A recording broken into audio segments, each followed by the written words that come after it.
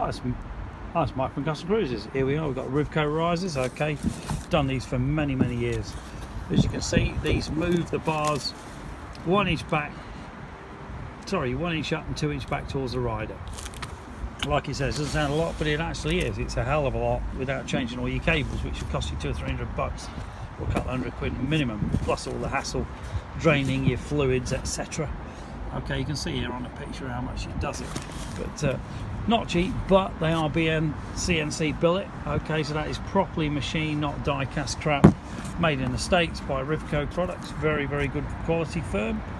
Okay, as you can see, proper jobs, all lane chromed as well. Come complete with a mounting kit.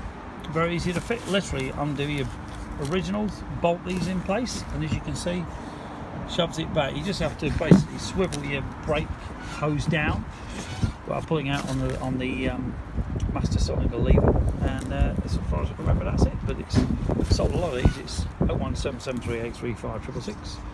Alternatively, www.customcruisers.com or customcruisers.eu. If you're interested, give us a bell. Thank you.